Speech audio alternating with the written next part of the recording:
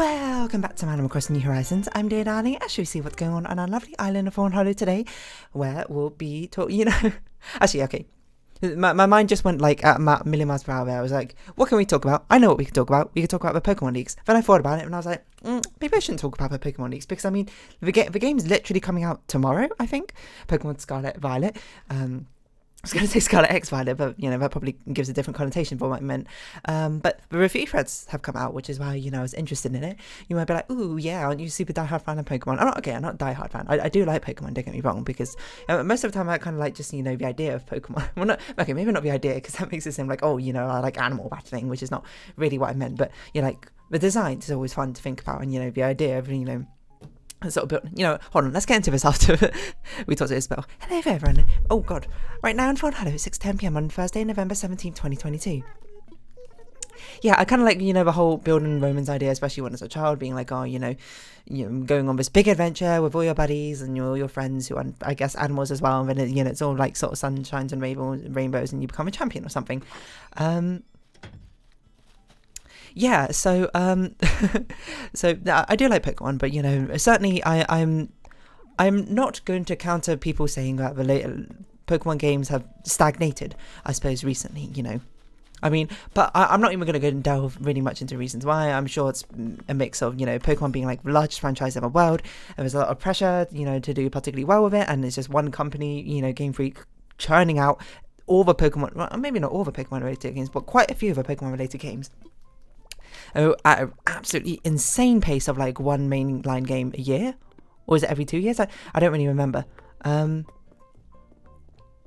yeah, so I do like Pokemon. Most of the time I kind of like looking at the Pokemon designs and seeing what they come up with. I'm not.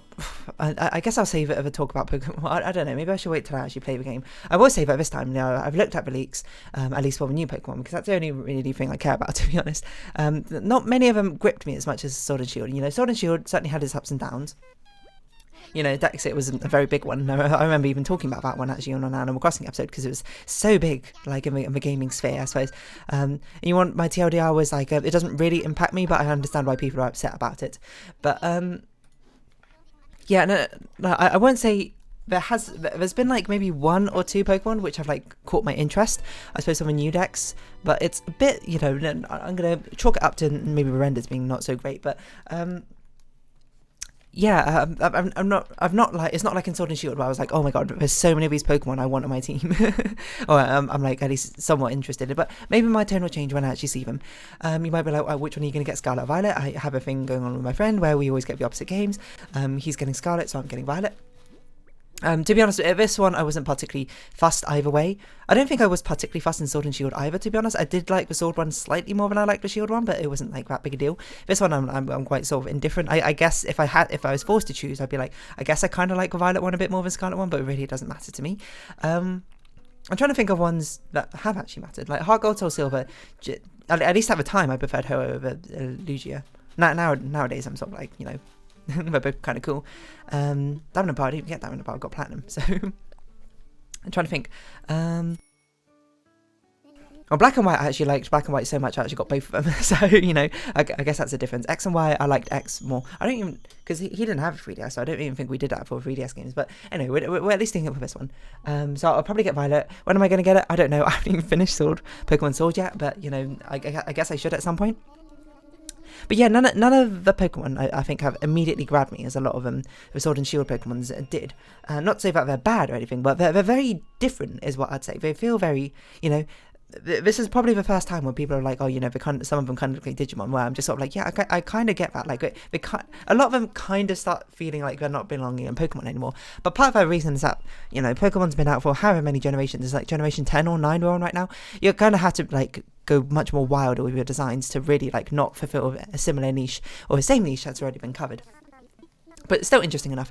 I will say, though, I don't remember exactly what I posited for the Starters, Finals, Evolutions, but I don't think I was all that far away, I'm going to be honest, with some of my posits at least. But the Grass Starter was a lot closer than I anticipated.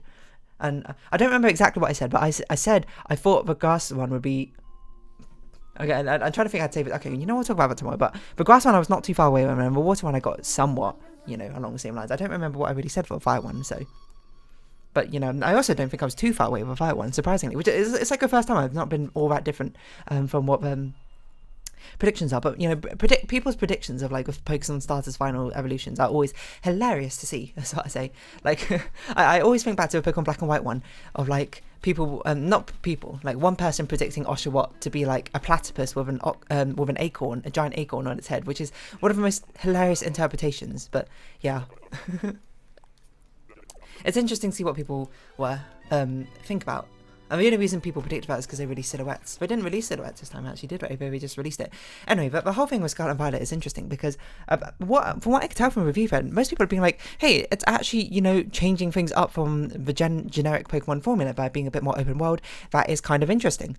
But the caveat, the side thing about Pokemon Scarlet and Violet, which really brings it down, is apparently it runs terribly. It runs absolutely awfully on the Switch. It's, I assume, highly unoptimized and just looks bad. Like, I'm going to be honest, Pokemon Sword and Shield, I will say, actually, quite a few of the designs of the city is actually kind of cool. Like, one that sticks out to me is I can't remember what it's called, like Glimmerwood Forest or something? Glimmerwood Tangle? That might be a Frog Fractions game, I'm not sure. But the Fairy Gym city looks really pretty from what I remember. I can't remember any of the other ones off the top of my head, to be honest, but that one I remember entering being like, wow, this environmental design is actually pretty cool. Oh, the starting area is actually quite nice as well, and I'm not going to lie. But the game didn't look amazing if you looked too much closer to it. You know, you go into a wild area and you look at the trees and you're like, it kind of looks like a PlayStation 2 game. Not that I'm saying the Switch should, and the Pokemon game should have should have the same sort of realistic graphical fidelity of like PlayStation 4, PlayStation 5 now, I suppose, or even PlayStation 3 at the time. But, you know, even stylistically, you know, the graphics weren't like amazingly not amazingly well stylized, but weren't like sort of like oh man, but this looks amazing, even confined within their stylistic design parameters, I suppose, is what I mean to say. It's like, even if you have a simplistic, cartoony, stylized design, you can still go pretty hard, I think, when design aesthetics and that sort of thing. Like, I don't know, like Cot of the Lamb does pretty well, leaning into a very cutesy, simplified sort of like, you know, it kind of feels like almost like a retro cartoon aesthetic, but it really leans into that, retro cartoon style, but it really leans into that sort of cultish aesthetic, which really sort of elevates its visuals and that sort of thing. But I'd imagine a lot of that has to do with the effects, and, you know, it's leaning into its sort of like 2.5D style. Which you can't really do a Pokemon with 2.5D style. It kind of has to be 3D because, you know, that's what the bed rave made. But, you know, Pokemon Sword and Shield definitely didn't wow me, I think, a lot with environmental design. Apart from, of course, the two places I remember, the starting place and the Fairy Forest, were both very pretty. But, you know, it's sort of like pretty design-wise, but it's not like I looked at it and be like, wow, this is rendered with high fidelity, which is fine. You know, that's kind of how it is sometimes. But I haven't actually seen Scarlet and Violet. The only thing I remember is actually seeing from the trailer being like, I'm surprised it still kind of looks this, you know, it looks like it's from a previous generation, I suppose, of games, which is weird to say, I suppose, but I guess you kind of got to remember that the Switch is a handheld console. Like, I'm not, like, obviously I'm quite biased towards Nintendo, but I don't want to stand here, like, defending it all of their actions, and plus it's kind of Game Freak who's done it anyway, but there have been Switch games that have looked pretty good, you know, it's just, you know, I'd imagine it's quite annoying trying to optimize for it, and it's like, the hardware is not necessarily, powerful enough for it, but I heard there's a Switch 2 coming out, because, you know, the Switch is pretty old now, if you think about it. Like, I was definitely still in school when it first came out, right? No. It got released, like, within my first year of university, I think. So it's, like, 6 years old now or something, which is reasonably old, as far as consoles go. I forgot what I was going to say. I also don't know why I'm cutting down trees, but I assume it was, a Nook Mile mission I had. Yeah, what else was I going to say? I don't even know what I'm going to title this episode, I'm going to be honest. Graphical fidelity? No, I can't title it, but it's so specific to just Pokemon itself. I'm not sure. Sorry about that little bit of a pause, but yeah, I'm not really sure what to title this episode. Or what it's going to be titled, graphical, because it's not, I can't say graphical fidelity, because I'm talking specifically about Pokemon. But I'm, you know, maybe that's what I'll title it in the end. I don't really know. Also, I'm surprised we got a mushroom mission. I thought are there still mushrooms? There might be mushrooms still. I don't really know. But let's plant a tree, and we haven't done radio exercises for a while, so maybe we should do that. Yeah, so you might be like, are you looking forward to Pokemon Scarlet, Pokemon Violet? And I'm like, I think I've very much settled into the sort of, I'm mildly interested in it, and might probably still end up buying it. Like, you know, Pokemon is such a titan of a franchise. You know, you'd have to do something insanely wrong in a Pokemon game for it to not sell. You know, people, as I say, you know, Pokemon as a series has been stagnating, but also on the other hand, it's probably because a lot of people, myself probably included, don't really want all that much different. We kind of just like want it to be expanded upon, I suppose, in a sense. But yeah, I suppose it's not like I dislike the core gameplay, you know, idea of Pokemon. You know, raise up a Pokemon of that sort of thing. Get a strong party, defeat gyms, and that sort of thing. That sort of standard, you know, even if you reskin it under different names, or, you know, like they did in like Sun and Moon or whatever, I'm still fine with that general gameplay loop. I just, you know, sometimes I want a bit more to it, you know, like expand upon the cool things that were there, like Pokemon contests I always found really cool. The Pokemon Olympics, I can't remember what it's called. I thought that was awesome. I loved playing that.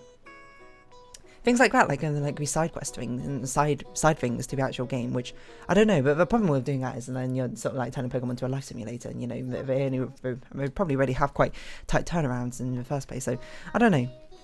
Anyway, yeah, I don't know. Like, it seems silly to say because people obviously don't have a very good viewpoint of Genshin Impact, but Genshin Impact is a game where obviously has stylized anime graphics, but still looks pretty darn good, I suppose. For a game with, you know, very stylized, not quite simplistic style, a bit more complicated style than I would say like Pokemon is generally known for, but it does very well with its sort of style, and it looks fantastic. And that's a free game, and it runs on mobile, and it still looks pretty decent on mobile, depending how good your mobile is. And you know, your results may vary, I suppose. So I don't know, like it's a thing. I'm not going to hold like graphics in and of itself is not going to ruin a game. Unless it's like egregious, you know, you like absolutely like if they made everything like the same texture, then that probably would ruin the game, I guess. But I mean, like bad graphics, it does hamper, I would say personally, my own enjoyment of a game. You know, I like games with nice aesthetics because that, you know, a game with good aesthetics makes me sort of subconsciously like it more because I'm like, ooh, this is now visually appealing to look at as well as fun to play. But bad graphics, it's weird because it's like the floor doesn't go very far low, but the ceiling goes up quite high for graphics for me personally. So like there's a big range of like from slightly bad graphics to, you know, good-ish graphics, which is just like, you know, it has no effect probably on me like perceiving the game. But then, you know, then it starts increasing quite a lot when it gets better and better. But then, you know, but the graphics being bad, you know, don't necessarily take away from the game, but the thing is, well, they might take away from the game, but then I'm judging the game solely based on like its mechanics or other things or a story itself, and that sometimes is like will make me pass out on games which are like very popular. Like I'm trying to think, like Slay the Spire is one which visually I would consider it like okay in my regard. People say it's bad. I wouldn't say it's bad. I think that's definitely going too far. It's definitely got its own sort of style. It's sort of like I'm not sure how to describe it, but I was going to call it like a muddy paint style, but it's not like a muddy. It's more like oh, hello. It's got a phone message. Just check if is that important. Okay, no, it's not important. I don't need to reply to that. It's sort of like yeah, it's like a painterly style, but it's a very specific type, and I'm not really sure what word it is for it, but it's not one that like particularly appeals to me. But that, you know. And that results in Slay the Spire being judged solely off of its own like gameplay mechanics in the end, and I'm not that interested in card games about something. I also have no idea what I taught drawing. So it's not the sort of thing where I'm like, wow, I'm supremely interested in it, which is probably why I've never played it, to be perfectly honest. I don't know, I guess, you know, that sort of like strategic card game is just like not really a genre for me. And you might be like, didn't you play a lot of Hearthstone when you were younger? I didn't actually play that much, but I played it some amount. And you're like, what about Pokemon trading card game? I didn't actually play that much. I kind of like enjoyed it. It's a thing with card games. I much more enjoy like theorizing about decks and then like seeing a payoff and actually, you know, playing the game, which is I was going to say that's silly to say, but I feel like a lot of people probably are in a, you know, kind of a similar boat, to be honest. Yeah.